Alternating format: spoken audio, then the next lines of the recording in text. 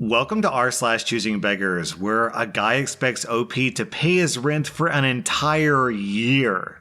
On this next post, a bride sends this to the photographer she hired to photo her wedding day. Looking over my wedding day, 5 hours will not be enough to cover the entire pictures that I'd want. We, unfortunately, cannot stretch our budget for photographs anymore. My husband and I wanted to ask if you guys would be willing to stay an additional 3 hours for full coverage the day of. Hi, you said you had your Nintendo Switch for sale? Huh? Blank said you were selling it. Oh, no, it's not for sale. When will it be for sale? Huh? I'm not selling it. Why not?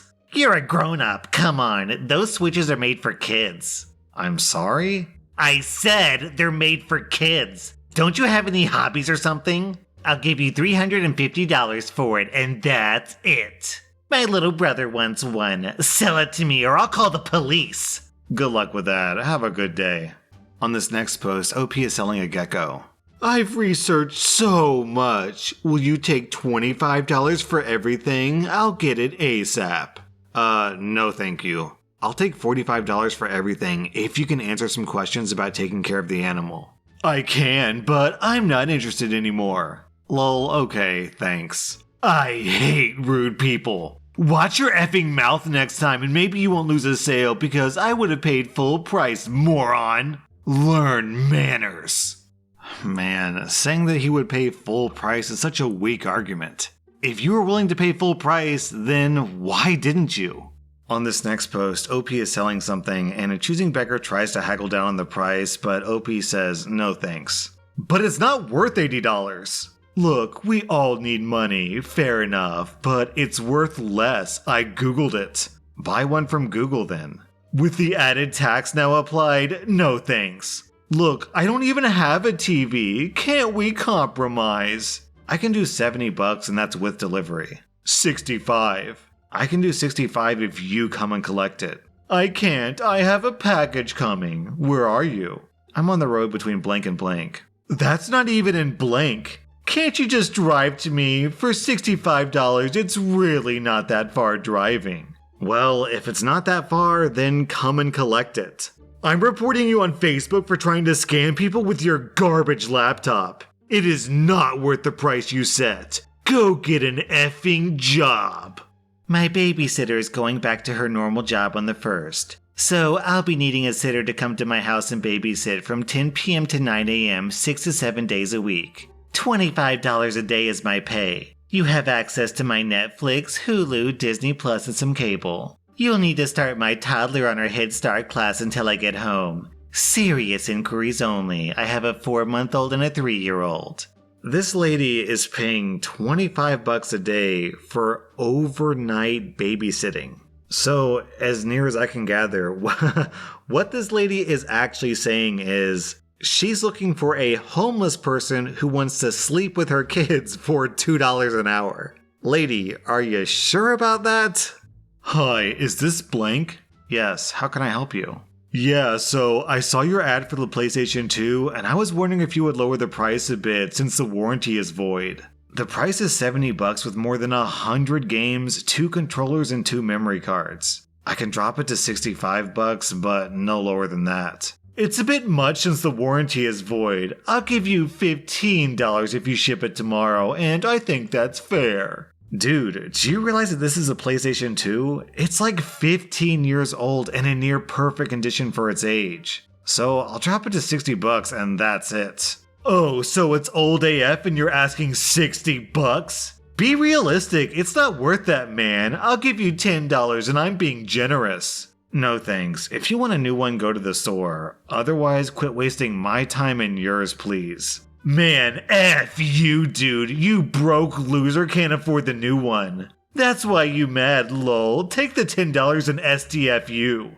Man, I gotta say, $60 for 100 PlayStation 2 games is an absolute steal. Even without the added PS2 controllers and memory cards. With backwards compatibility and less than $1 per game, most PlayStation 5 owners would jump at that deal. On this next post, OP is selling a $300 bed frame for only $200. I'll pay $50 for the bed frame. I bet you would. LMAO, if you can't sell it for that heinous price, you know where to find me. So, somewhere with your mattress on the floor, I'm sure. That was effing rude. I live in a house, butthole. I'm just always looking for a good bargain. Man, what always gets me about these choosing beggars is the complete lack of self-awareness. This choosing beggar comes in really strong, undercutting the price, laughing at the price, and calling it heinous. Then, when OP replies with a snarky joke, they get upset and say that was effing rude. That's what I just don't get. Like, you were rude first. Do these people genuinely not understand that? Good afternoon, is this still available? Yes, they are. Just to confirm, these are not wireless, but plug in via lightning connector. Okay, can you donate them and drop them off in a city where I live 30 minutes away? I get that the funny thing about this post is the choosing beggar's entitlement, but I can't stop thinking about butt plug with a lightning connector. That sounds dangerous. I keep imagining someone plugging that in their butt, then it gets hit by lightning and they light up like a light bulb. Our next Reddit post is from Rando Boomer. This is a story about my sister-in-law and her useless boyfriend. My sister-in-law is my wife's sister and is a terrific person. Her useless boyfriend is decidedly not. In regards to rSlash choosing beggars content, he's the gift that keeps on giving, like chlamydia. In April of 2020, having lost their jobs due to COVID, they moved in with us rent-free until they got back on their feet. We're happy to have my sister-in-law. She's been absolutely terrific, pitching in around the house, spending time with the family, and being my wife's best friend. This is decidedly not true of the useless boyfriend. He locks himself in the room playing video games all day long. He complains about the food, only recently agreed to chip in for higher speed internet, which he kept demanding that we pay for, and otherwise makes it clear how much of an imposition it is for him to live at our home rent-free. My sister-in-law was finally able to get a full-time job last month. Their finances are still a mess, but things are improving, and she said they'd move out in the spring. Honestly, we're all going to miss her. As for her useless boyfriend, the best thing I can say is I don't care if the door hits him on the way out or not, just so long as he's on the other side of it. Our oldest son is 23 and moved about 30 minutes away back in the fall of 2019 so he could be close to his work. Thankfully, he's remained employed full-time despite COVID. In the fall of 2020, he renewed his lease for 1 year for a nice, but small studio apartment. A really fantastic job opportunity arose for our son. He's moving much further away, which is sad. But it's a great opportunity and we're happy for him. The largest problem for him is his lease, which still has 10 months to go. He spoke to his landlord, who's a good guy. The landlord said that normally he'd be willing to let our son out of the lease, but with COVID, he has several tenants who haven't paid rent for a while, and he can't afford another apartment that's generating no income. The landlord agreed that he would let our son out of the lease the moment he could rent the apartment to someone else, but the market has been really slow and he didn't know how long that would take. I don't blame the landlord a bit, he was being fair. Looking to exit the lease sooner, our son suggested that my sister-in-law and her useless boyfriend move in. He would move out February 1st, but pay for February and March. Then they would pick up the rent in April. This would give them 2 more months to get their finances in order, and my son would only be out of 2 months' rent. And as an added bonus, it's closer to my sister-in-law's job and would cut 10 minutes off her daily commute. Everyone's happy, right? Everyone except for useless boyfriend, that is.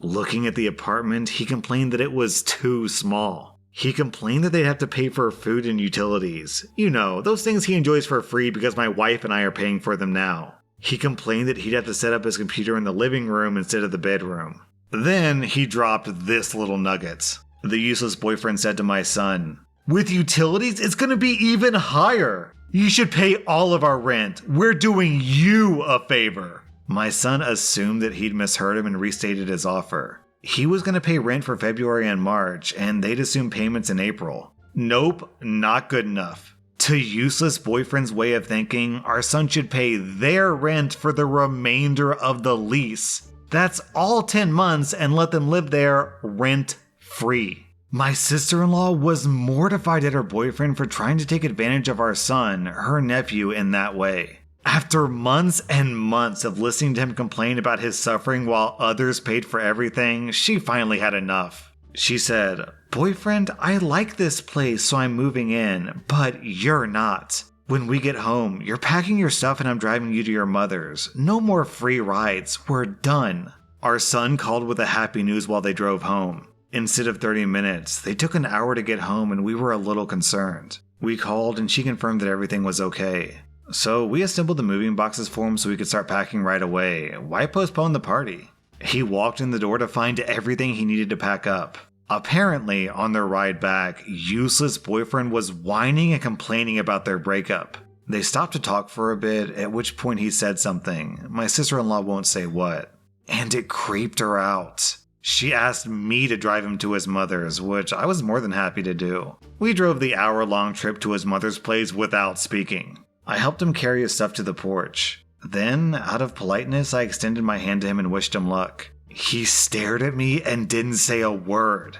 There was no, "Thanks for letting me live with you for free for almost a year," or "Tell my girlfriend that I'm sorry." He just stared like the petulant child that he is. My sister-in-law is doing really well. We're going to miss her moving away, and especially our son moving quite a distance away. But useless boyfriend, we'll miss him about as much as we will last week's recycling. At least the recycling can be turned into something useful. My sister-in-law has put useless boyfriend in the rearview mirror. Her ex-boyfriend did call her to apologize and try to make things better. I didn't hear the conversation, but he apparently said all the wrong things. Because she was only madder by the time she hung up on him. He hasn't called or texted her since.